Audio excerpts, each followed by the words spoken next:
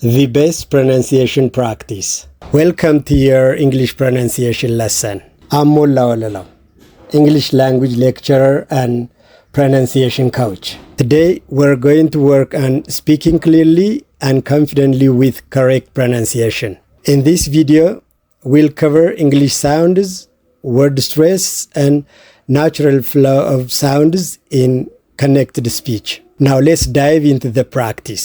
Great minds think alike. ትልልቅ አእምሮች ተመሳሳይ ነገር ያስባሉ ማለት ነው። በዚህ አገላለጽ ውስጥ ያሉ ቃላትና ድምጾችን በተናጠል ለማየት እንሞክር። የመጀመሪያው ቃል great የሚለው ቃል ላይ ቲ የቃል መጨረሻ ላይ ስላለችና ከሷ ቀጥሎ consonant sound ስለመጣ dropped ትደረጋለች ማለት ነው። ስለዚህ ቲ አትባልም። great minds ስለዚህ ቲን ድሮፕ አድርገናታል። ከዛ ቀጥሎ ደግሞ ሁለተኛው ቃል ላይ የምናገኛት የብዙ ቁጥር አመልካች ቅጥያዋ ኤስ እንደ ዝ ነው የምትነበበው።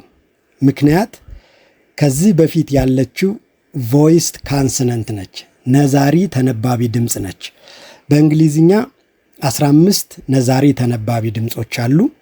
ከነዚህ ድምጾች ቀጥሎ የምትመጣ ኤስ ሁል ጊዜ እንደዚህ ትነበባለች። ስለዚህ ማይንድስ ብለን ነው እንጂ የምናነበው ማይንድስ አንልም፣ ስ አትነበብም። ስለዚህ great minds think የሚለው ቃል ላይ ያሉት የመጀመሪያዎቹ ሁለት ፊደላት እንደ አንድ ድምጽ ነው የሚነበቡት።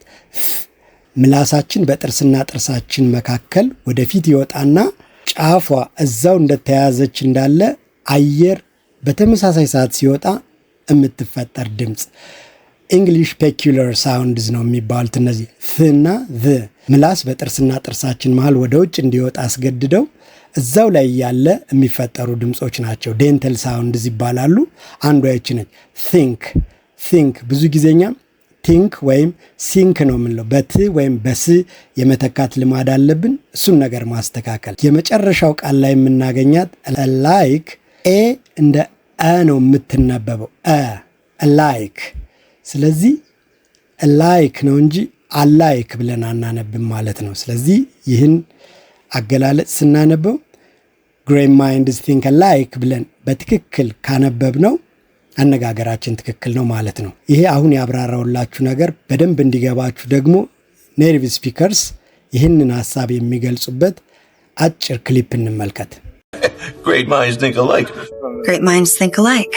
Great minds think alike. Great minds think alike. Great minds think alike. ደረጃውን የጠበቀ የእንግሊዝኛ ስልጠና ለመውሰድ እታች ባለው ቁጥር ይደውሉ።